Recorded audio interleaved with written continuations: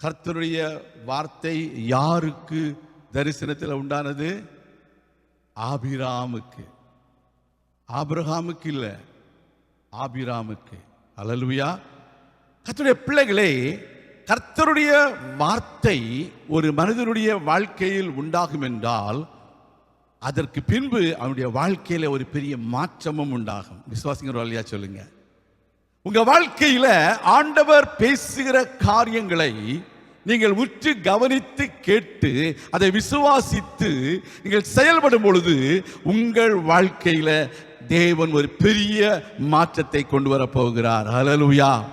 400 வருடங்களுக்கு ஆண்டவராகிய இயேசு கிறிஸ்துடைய வார்த்தை இல்லை, தேவனுடைய வார்த்தை இல்லை, தீர்க்கதரிசிகளுடைய வார்த்தை இல்லை, எதுவுமே இல்லை. ஆனால் திடீரென்று ஒரு தூதன் தோன்றுகிறான்.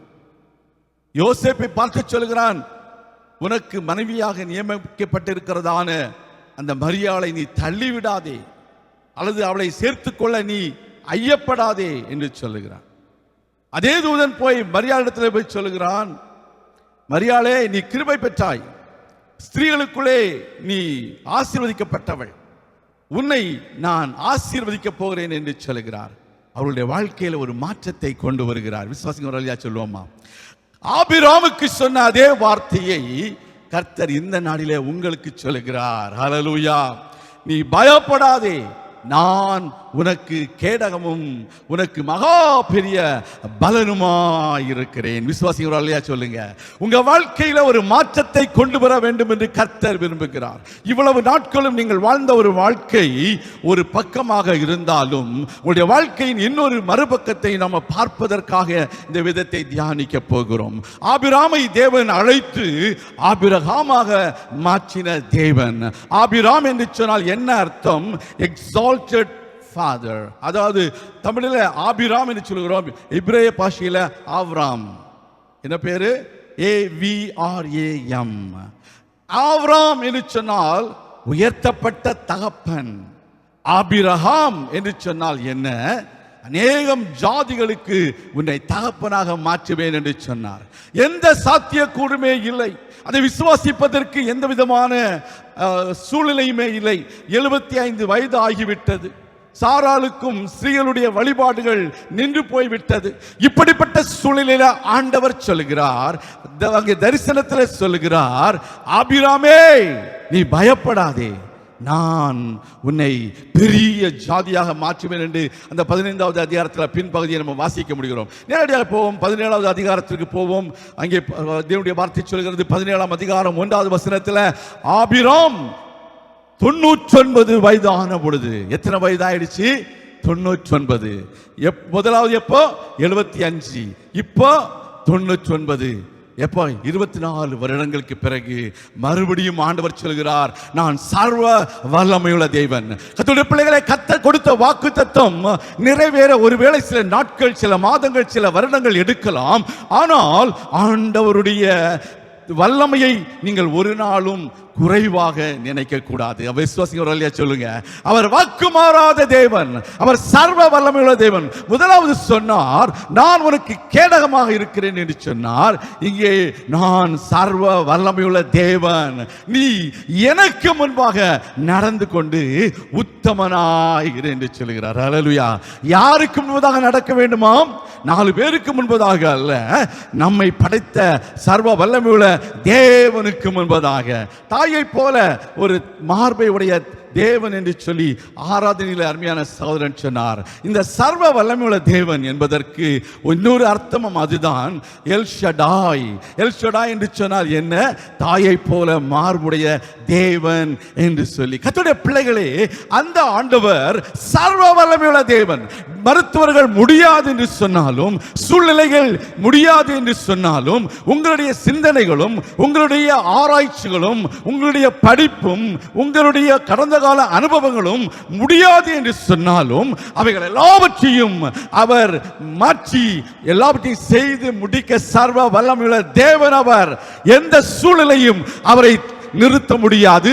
எந்த மருத்துவருடைய அந்த அறிக்கையும் அவரை நிறுத்த முடியாது. உங்களுடைய சிந்தையை, உங்களுடைய மனதை குழப்புகிற பிசாசுடைய கிரியைகளும் பிசாசுடைய தத்துவங்களும் பிசாசுடைய அறிவுரைகளும் கூட தேவனுடைய வல்லமையை எப்பொழுதும் நிறுத்த முடியாது. எனவே அவர் சொல்கிறார், நீ எனக்கு முன்பாக நடந்து கொண்டு உத்தமனாயிரு என்று சொல்கிறார். ஹல்லேலூயா. கர்த்தருடைய பிள்ளைகளை 17ஆம் அதிகாரம் 5வது வசனத்தில் ஆண்டவர் சொல்லும் பொழுது, இனி உன் பேர் ஆபிராம் என்று அப்ப என அழைக்கப்படாமல் உன்னை திரளான ஜாதிகளுக்கு தகப்பனாக ஏற்படுத்தினபடியால் உன் பேர் ஆபிரகாம் என்னப்படும் என்று சொல்கிறார். ஆமென். ஆபிரகாம் என்னப்படும் என்று சொல்கிறார். திரளான ஜாதிகளுக்கு தகப்பனாக உன்னை நான் ஏற்படுத்தி இருக்கிறேன் என்று சொல்கிறார். ஹல்லேலூயா. ஏற்படுத்துவேன் என்று சொல்லவில்லை, ஏற்படுத்தினேன். ஏற்படுத்தினபடியால் I have made you a father of many nations. ஹல்லேலூயா. இதற்கு முன்பதாக நடந்த விஷயம் என்ன தெரியுமா? இங்கே பார்ப்போம். 2வது வசனம், நான் உனக்கும் எனக்கும் நடுவாக என் உடன்படிக்கையை ஏற்படுத்தி உன்னை மிகவும் திரளாக பெருக பண்ணுவேன் என்று ஆண்டவர் சொல்கிறார். கர்த்தருடைய பிள்ளைகளே, இன்றைக்கு உங்க வாழ்க்கையில உங்களை திரளாக பெருக பண்ணுகிற ஒரு தேவன் இருக்கிறார். இந்த சம்பவத்திற்கு பின்பு அங்கே ஆபிரகாமுடைய வாழ்க்கை மிகவும் ஆசீர்வதிக்கப்பட்ட ஒரு வாழ்க்கையாக இருந்தது. உங்க வாழ்க்கையில ஆண்டவருக்கு முன்பதாக நீங்கள் செய்து கொண்ட உடன்படிக்கை உங்கள் வாழ்க்கையில ஒரு பெரிய மாற்றத்தை கொண்டு வர போகிறது. உங்கள் வாழ்க்கையில நீங்கள் தேவனை விசுவாசிக்கிற அந்த விசுவாசம் உங்கள் வாழ்க்கையில உங்கள் இன்னொரு பக்கத்தில் உங்களை பெரிய ஆசீர்வாதத்தை கொண்டு வர போகிறது என்பதை அறிந்து கொள்ள வேண்டும். ஏசாயா 51ஆம் அதிகாரம் 2வது வசனத்தை வாசிக்கும் பொழுது, ஆபிரகாம் ஒருவனாய் இருக்கையில் அவனை அழைத்து அவனை ஆசீர்வதித்து அவனை பெருக பண்ணினேன் என்று தேவன் சொல்கிறார். உங்களை அழைத்த தேவன், உங்களை ஆசீர்வதிக்கிற தேவன் உங்களை பெருக பண்ணவும் நிச்சயமாய் செய்வார். விசுவாசிக்கிறோம் சொல்லுங்க. நஷ்டத்தின் மேல நஷ்டம் வரும், கஷ்டத்தின் மேல கஷ்டம் வரும், கண்ணீரின் மேல கண்ணீர் வரும். ஆனால் இன்னொரு பக்கத்தை நீங்கள் பார்க்க வேண்டும். உங்களுடைய வாழ்க்கையின் ஒவ்வொரு பக்கத்தையும் பார்க்க வேண்டும். இந்த நாட்களில் பார்க்க போகிற ஒவ்வொரு தேவனுடைய மனுஷருடைய வாழ்க்கையிலும் தேவன் அவருடைய முதல் பக்கத்தில் எப்படி இருந்தார்கள், 2வது பக்கத்தில் எப்படி இருந்தார்கள் என்று தான் பார்த்து கொண்டிருக்கிறோம். ஆபிரகாமுடைய முதல் பக்கம் என்ன? ஆபிராம். அவருடைய 2வது பக்கம் என்ன? ஆபிரகாம். அவன் ஜாதிகளுக்கு, திரளான ஜாதிகளுக்கு அவனை கர்த்தர் தகப்பனாக மாற்றினார். எசேக்கியேல் 33ஆம் அதிகாரம் 24வது வசனம் சொல்கிறது, ஆபிரகாம் ஒருவனாய் இருந்து தேசத்தை சுதந்தரித்துக் கொண்டான். ஹல்லேலூயா. உங்க வாழ்க்கையில தேவன் சுதந்தரித்துக் கொள்ளும்படியாக, தேசத்தை சுதந்தரித்துக் கொள்ளும்படியாக, கால் வைக்கிற தேசத்தை சுதந்தரித்துக் கொள்ளும்படியாக உங்களுடைய வாழ்க்கையில சூழ்நிலைகளை சாதகமாக மாற்றுகிற சர்வ வல்லமையுள்ள தேவன் அவர். விசுவாசிக்கிற வழியா சொல்லுவோமா? ஹல்லேலூயா. இதெல்லாம் முடியாது என்று சொல்லி சட்டதிட்டங்கள் சொல்லலாம், பலவிதமான அமெண்ட்மெண்ட்ஸ் சொல்லலாம், பலவிதமான laws and rules and regulations சொல்லலாம். ஆனால் ஆண்டவர் சொல்லுகிறார், நான் உன்னை தேசத்தை சுதந்தரித்துக் கொள்ளும்படியாக மாற்றும்படிக்கு அழைத்திருக்கிறேன். விசுவாசிகளா சொல்லுவோமா? ஒருவனா என்று சொல்லும் பொழுது அவன் ஒரு குடும்பமாக தேவன் அழைத்தார். அவனுடைய ஊர்கிறதான கல்தேயர் தேசத்திலிருந்து அவனை அழைக்கும் பொழுது பல குடும்பங்களோடு அவனை அழைக்கவில்லை, ஆபிரகாமே அழைத்தார். ஆனால் கூட ஒரு எக்ஸ்ட்ரா லக்கேஜ் வந்தது உண்மைதான். அந்த லக்கேஜ் யாரு? லோத்து. ஆனா அது தேவன் அழைத்தது இல்லை. ஆனால் தேவன் ஆபிரகாமை தான் அழைத்தார். ஆபிரகாமை அழைத்ததுனால கர்த்தர் தேசத்தை சுதந்தரித்துக் கொள்ளும்படியாக அவனை ஆசீர்வதித்தார். கர்த்தருடைய பிள்ளைகளே, இப்படி பல காரியங்களை பார்க்கிறோம். இன்னொரு மனிதனுடைய வாழ்க்கையை பார்க்கும் பொழுது கிதியோன் என்கிறதான ஒரு மனிதனை பார்க்கிறோம். கிதியோன் நாம நியாயாதிபதிகள் நம்ம எல்லாருக்கும் தெரிந்த ஒரு பகுதி. 6வது அதிகாரத்தை வாசிக்கும் பொழுது அந்த கிதியோன் சொல்றான், ஆண்டவரே எங்களுடைய வாழ்க்கையில இப்படியெல்லாம் நடக்கிறதே, ஏன் இப்படி நடக்கிறது என்று தேவனிடத்தில் கேட்கிறதை நம்ம பார்க்கிறோம். 6வது அதிகாரம் 12வது வசனத்திலிருந்து நம்ம வாசிக்க போகிறோம். ஆனால் முழுமையா வாசிக்கல. கர்த்தருக்கு ஸ்தோத்திரம். பாருங்க, 11வது வசனம் சொல்கிறது, கிதியோன் கோதுமையை மீதியானியரின் கைக்கு தப்புவிக்கிறதற்காக ஆலைக்கு சமீபமாய் அதை போரடித்தான். ஒரு பயந்த சுபாவம் உள்ள மனிதன். அவன் கோதுமையை அறுவடை செய்கிறான். கோதுமை களத்தில் அவன் போரடிக்கவில்லை. எங்கே போரடிக்கிறான்?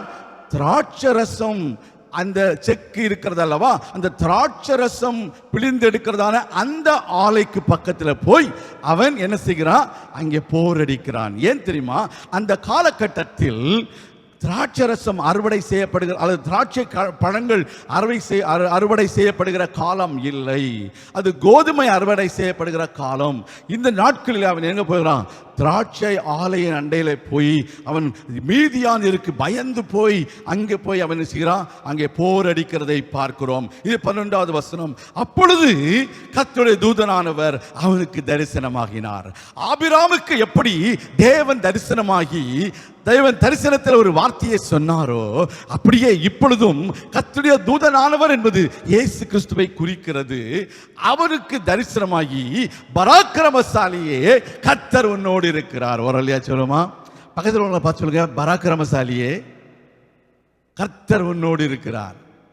பாச என்ன பாச என்ன பார்த்தா பராக்கிரமசாலி மாதிரியா இருக்கு. அந்த பிரதரை பாருங்க, அவர் ஜிம்மில் போயிட்டு நல்லா ஜும்முன்னு இருக்காரு, அவரை சொன்னா கூட நல்லா இருக்கும் அப்படின்னு கிதியோன் சொல்லியிருப்பான். ஆமென். அதனால தான் அவன் சொல்றான், கீழே பாருங்க.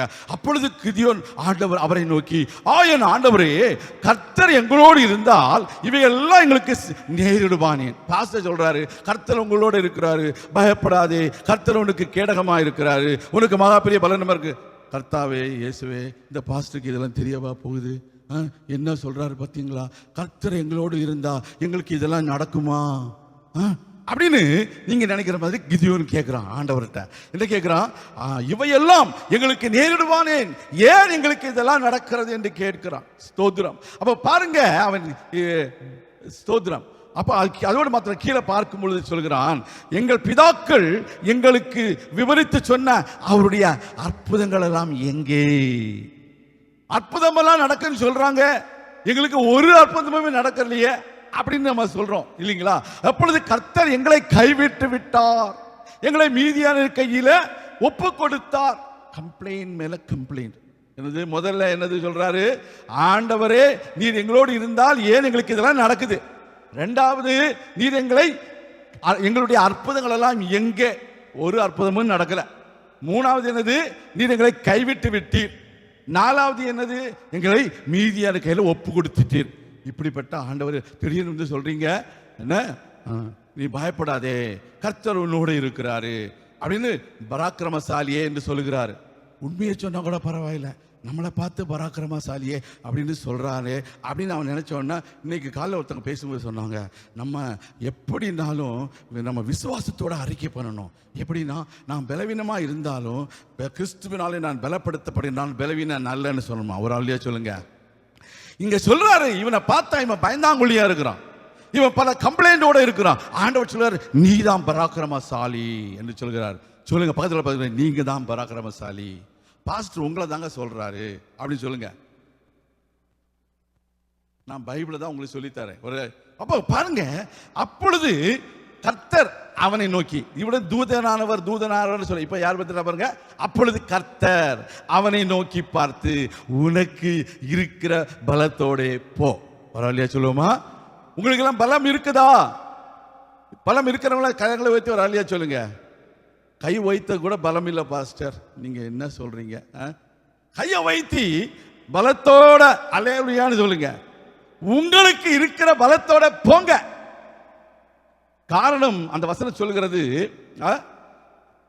நீ இஸ்ரவேலரை மீதியானியரின் கைக்கு நீங்களாக்கி ரட்சிப்பாய். விசுவாசிக்கிறவர்களா சொல்லுங்க. பயந்தாங்கொள்ளியா இருந்த ஒரு மனுஷன் பயந்து போய் கோதுமை மணிகளை திராட்சை ஆலையண்டையிலே கொண்டு போய் போரடிக்கிற ஒரு மனுஷன். இப்பொழுது ஆண்டவர் சொல்கிறார், நீதான் அந்த பராக்கிரமசாலி, நீதான் மீதியானின் கைகளிலிருந்து இஸ்ரவேல் ஜனங்களை மீட்க போகிறாய் என்று சொல்கிறார். அதோடு மாத்திரமல்ல, இந்த அப்பாயின்மெண்ட் உனக்கு பண்றது யாரு, இந்த அத்தாரிட்டி உனக்கு கொடுக்கிறது யாரு? உன்னை அனுப்புகிறவர் நான் அல்லவா. கரங்கள் தேடி வரலையா சொல்லுங்க. இது பாஸ்டர் இல்லைங்க, கர்த்தர் உங்களை பத்தி சொல்றாரு. கர்த்தர் சொல்றாரு, நான் உன்னை அனுப்புகிறேன், நீ போ. யாராவது மோசத்தில் சொல்றாரு, தேவன் சொல்கிறார். மோசே கேட்கிறான், நான் என்னை போய் நீ யார் உன்னை அனுப்புனா, நீ எந்த அதிகாரத்தில் இங்க வந்த அப்படின்னு கேட்டா, நான் என்ன சொல்லுவேன், ஆண்டவரே பாரு, இருக்கிறவராகவே இருக்கிறேன், இருக்கிறவனே இருக்கிறேன் என்கிறவர் அனுப்பினார்னு போய் சொல்லுன்னு சொல்றான். சொல்றாரு ஆண்டவர். ஆண்டவர் சொன்னபடியே அங்கே போய் சொல்கிறான், இருக்கிறேன் என்கிறவரை என்னை அனுப்பினார். ஒரு வழியாக சொல்லுங்க, இன்றைக்கு உங்கள் வாழ்க்கையில் உங்களை பற்றி கேட்பாங்க, எந்த அதிகாரத்தில் இதெல்லாம் செய்கிறீங்க அப்படின்னு. கர்த்தருடைய பிள்ளைகளே, என்னிடத்துல கேட்டவங்க உண்டு. இந்த 2001 வருஷத்தில் முதலாவது ஒரு ஞான ஸ்நானம், அந்த முதலாவது ஞானஸ்நானம் ஒரு சகோதரன் ரட்சிக்கப்பட்டாங்க, ஞானஸ்நானம் பெற்றாங்க. இன்றைக்கு இருக்கிற நம்ம சகோதரன் டேனியல் எல்லாரும் விட்னஸ் பண்ணாங்க. கர்த்தருக்கு ஸ்தோத்திரம். அந்த சகோதரன் கடந்த நாட்களில் 2024 செப்டம்பரில் வந்து சாட்சி கொடுத்தாரு. அப்போ ஒருத்தர் என்கிட்ட கேட்டார், எந்த அதிகாரத்தில் நீங்கள் ஞானஸ்நானம் கொடுக்குறீங்கன்னு. ஒரு அள்ளியா சொல்லுவோமா, ஒரு அள்ளியா சொல்லுவோமா? ஸ்தோத்திரம். நம்ம அவரை பற்றி நான் கூடுதலாக சொல்ல விரும்பவில்லை. ஆனால் இன்னைக்கு கர்த்தர் என்னை ஆசீர்வதிச்சு சபையை தந்து அநேகருக்கு ஞானஸ்நானம் கொடுக்க கிருபை செய்திருக்கிறார். ஒரு அள்ளியா சொல்லுவோமா? அவர் உலகத்திலேயே இல்லை. ஒரு அள்ளியா சொல்லுவோமா? கர்த்தருடைய பிள்ளைகளே, தேவனுடைய ஊழியத்தை செய்கிற உங்களுக்கும் எனக்கும் விரோதமாக சத்துரு இப்படி தான் கேட்பான். எந்த அதிகாரத்தில் நீங்க செய்யறீங்கன்னு நீங்க சொல்லணும். தேவன் கொடுத்த அதிகாரத்தில் செய்கிறேன்னு சொல்லுங்க. ஒரு ஆளியா சொல்லுங்க. உங்க வாழ்க்கையில, உங்களுடைய வேலை ஸ்தலத்துல இருக்கலாம், உங்களுடைய குடும்பத்துல இருக்கலாம், எல்லா இடத்துலையும் கேட்பாங்க, உனக்கு இந்த அதிகாரத்தை கொடுத்தது யார், ஏன், எந்த அதிகாரத்தில் செய்யற? ஆண்டவர் சொல்கிறாரு, உன்னை அனுப்புகிறவர் நான் அல்லவா. அல்லேலூயா. ஒருத்தர் சொப்பனம் அங்கே பார்க்கிறான், கனவு காண்கிறான். அது ஒரு வார்க்கோதுமை அப்பம் உருண்டு வருகிறது, அங்க இருக்கிற எல்லாத்தையும் அடிச்சு போடுது. இதுதான், இது கிதியோனுடையது அப்படின்னு சொல்றானுங்க பாருங்க. இன்னைக்கு எங்க அடி வாங்கினாலும் சொல்லுவாங்க, இது அட்லாண்ட தமிழ் சபை மக்களுடைய ஜெபம் என்று சொல்லுவாங்க. கரங்களை தட்டி ஒரு ஆளியா சொல்லுங்க. உங்க வாழ்க்கையில நீங்கள் செய்கிற ஜெபம், உங்களுடைய கண்ணீரின் ஜெபம், உங்களுடைய வேண்டுதல்கள், நீங்கள் தேவனுக்காக செய்கிற ஒவ்வொரு காரியங்களையும் கர்த்தர் அறிந்து சொல்கிறார், உங்களை அனுப்புகிறவர் நான் அல்லவா என்று சொல்லி. கர்த்தருடைய பிள்ளைகளே, ஆண்டவர் அவன் மேலும் மேலும் சொல்கிறான். என்ன சொல்கிறான்? மனாசேயில் என் குடும்பம் மிகவும் எளியது. எல்லாம் கரெக்ட் தான், எல்லாம் முதல் பக்கத்தில் அதுதான் இருக்குது. என் தகப்பன் வீட்டில் நான் எல்லாரிலும் சிறியவன் என்றான். கர்த்தர் சொல்கிறார், நான் உன்னோட கூட இருப்பேன். ஒரே மனுஷனை முறிய அடிப்பது போல நீ மீதியானியரை முறிய அடிப்பாய் என்று சொல்கிறார். கர்த்தருக்கு ஸ்தோத்திரம். அல்லையா சொல்லுவோமா? இதெல்லாம் கேட்கும் போது உங்களுக்கு எல்லாம் உணர்ச்சி வசப்பட மாட்டீங்களா? அல்லேலூயா. கர்த்தருக்கு ஸ்தோத்திரம். வசனத்தை இன்னும் ஏற்றுக்கொள்ளலன்னு அர்த்தம். வசனம் உள்ள போகல. அதோட பிள்ளையே, கிதியோனுக்கு சொன்னது இன்னைக்கு உங்களுக்கு தான் சொல்றார். அல்லேலூயா. உங்களுக்கு எதிராக எத்தனை மீதியானர்கள் வரலாம்? இந்த சிச்சுவேஷன்ல 1,35,000 மீதியானர்கள் கணக்கிடப்படுகிறது. ஆமென். அது எங்க வாசிக்கலாம்னா நியாயாதிபதிகள் 8ஆம் அதிகாரம் 10வது வசனத்தில் வாசிக்கும் பொழுது முதல்ல ஒரு 15,000, அப்புறம் ஒரு 1,20,000. சேபாவும் சல்வன்னாவும் அவர்களோட கூட அவர்களுடைய சேனைகளும் ஏறக்குறைய 15,000 கற்கோலில் இருந்தார்கள். கற்கோரில் எத்தனை பேர் இருக்காங்க? 15,000. ஓகே. அடுத்தது பட்டயம் உருவத்தக்க 1,20,000 பேர் 20,000 பேர் விழுந்தபடியால், ஆமென். அப்போ 1,20,000 plus 15, 135,000 people இந்த கிதியோன் முறியடிப்பான்னு இந்த நேரத்தில் அவனுக்கு தெரியாது. அவன் விசுவாசித்திருக்க மாட்டான். ஆனால் அவனை கொண்டு கர்த்தர் செய்தார். விசுவாசிங்களா சொல்லுங்க. இன்றைக்கு உங்களை கொண்டு எவ்வளவு பெரிய ஜனங்க கூட்டம் வந்தாலும் அந்த கூட்டங்கள் உங்களுக்கு முன்பதாக ஒரு வழியாய் வருகிறவர்கள் 7 வழியாய் ஓடி போவார்கள். நீங்கள் அனைவரையும் ஒரே மனுஷனை முறியடிப்பது போல நீங்கள் முறியடிப்பீர்கள். ஒரு வழியா சொல்லுமா? 32,000 பேரை முதல்ல செலக்ட் பண்ணாருங்க. கடைசியில் 10,000, அப்புறம் எப்படி எத்தனை பேர் வந்தாங்க? 300 பேர். இந்த 300 கிதியோனோட இந்த 301 பேர் சேர்ந்து 1,35,000 பேரை முறியடிக்க கர்த்தர் உதவி செய்தார். அந்த ஆண்டவர் இன்றைக்கு கிதியோனுடைய 2வது பக்கத்தில், அவனுடைய மறுபக்கத்தில் அவனுக்கு செய்த அற்புதத்தை இன்றைக்கு உங்களுக்கு செய்கிறார். 23வது வசனம், 6ஆம் அதிகாரம் 23வது வசனம், கர்த்தர் சொல்கிறாரு, உனக்கு சமாதானம், நீ பயப்படாதே, நீ சாவதில்லை என்று சொன்னார். ஒரு அல்லேலூயா சொல்லுங்க. நீடித்த ஆயுள் உங்களுக்கு தருவார், உங்களுடைய பயத்தை மாற்றுவார், சமாதானத்தை கட்டளையிடுவார். உங்களுடைய வாழ்க்கையில என்னென்ன சூழ்நிலை உங்களை பயப்படுத்துகிற சக்திகள் இருக்கிறதோ எல்லாவற்றையும் விடுதலை தருவார். ஷபா ரபா தீபா ரபா திகபா ரபா. அந்த வேளையில தான் அவன் சொல்றான், யெகோவா ஷாலோம் என்று அவன் அவர் பலிபீடத்தை கட்டுகிறான். 24வது வசனம். இதெல்லாம் 6வது அதிகாரத்தில் படித்துக் கொண்டிருக்கிறேன். கர்த்தருடைய பிள்ளைகளே, இந்த நாளில உங்க வாழ்க்கையில இந்த தேவன் பெரிய காரியங்களை செய்ய பெரிய அற்புதங்களை செய்ய வல்லவர். அருமையான தேவனுடைய பிள்ளைகளே, தேவன் ஒரு மனுஷனுடைய வாழ்க்கையில குறுக்கிடும் பொழுது அவருடைய வாழ்க்கை முற்றிலுமாக மாறுகிறது. அந்த வாழ்க்கை மாற்றத்தின் நிமித்தமாக அவருடைய வாழ்க்கையில் இன்னொரு அத்தியாயத்தை நாம் பார்க்கிறோம். அந்த புதிய அத்தியாயத்துல அநேக மனிதர்கள் நன்மையானவைகளை பெற்றிருக்கிறார்கள். சிலர் தேவனுக்கு பிரியமில்லாததை செய்து அவர்கள் தீமையையும் அனுபவித்திருக்கிறார்கள். நன்மையான அனுபவத்தை பெற்ற மனிதர்கள் அநேகர் பரிசுத்தவான்கள். அவர்களை குறித்து தியானித்துக் கொண்டிருக்கிறோம். நீங்கள் தொடர்ந்து செய்தியோடு இணைந்திருங்கள். நான் உங்களுக்காக ஜெபிக்கிறேன். எங்கள் அன்பின் பரலோக பிதாவே, உடைய பிள்ளைகளை ஆசீர்வதியும். அவர்கள் உமக்கென்று எடுக்கிற எல்லா முயற்சிகளையும் கர்த்தர் கனப்படுத்தும், ஆசீர்வதித்து பாதுகாத்துக் கொள்ளும். சகல தீமைகளுக்கும் அவர்களை விலக்கி காத்துக்கொள்ளும். அற்புத அடையாளங்களை செய்திடணும். தேவனாலே கூடாத காரியம் ஒன்றுமே இல்லை. தேவ ஆசீர்வாதமும் தேவனுடைய வழிநடத்துதலும் பாதுகாப்பும் எப்பொழுதும் உடைய பிள்ளைகளோடு இருக்கட்டும். தேவனே அவர்களை நல்வழிப்படுத்தும். சரியான பாதைக்கு செல்ல கிருபை தாரும். தோல்விகளை அகற்றி போடும், பயத்தை மாற்றி போடும். பெரிய காரியங்களை செய்து தேசத்தை சுதந்திரிக்க தேவனே உதவி செய்திடணும். அற்புத அடையாளங்களை செய்து உடைய நாமத்தை மகிமைப்படுத்தும். இயேசு கிறிஸ்துவின் நாமத்தில் ஜெபிக்கிறோம் எங்கள் நல்ல பிதாவே, ஆமேன். கர்த்தர் தாமே உங்களை ஆசீர்வதிப்பாராக.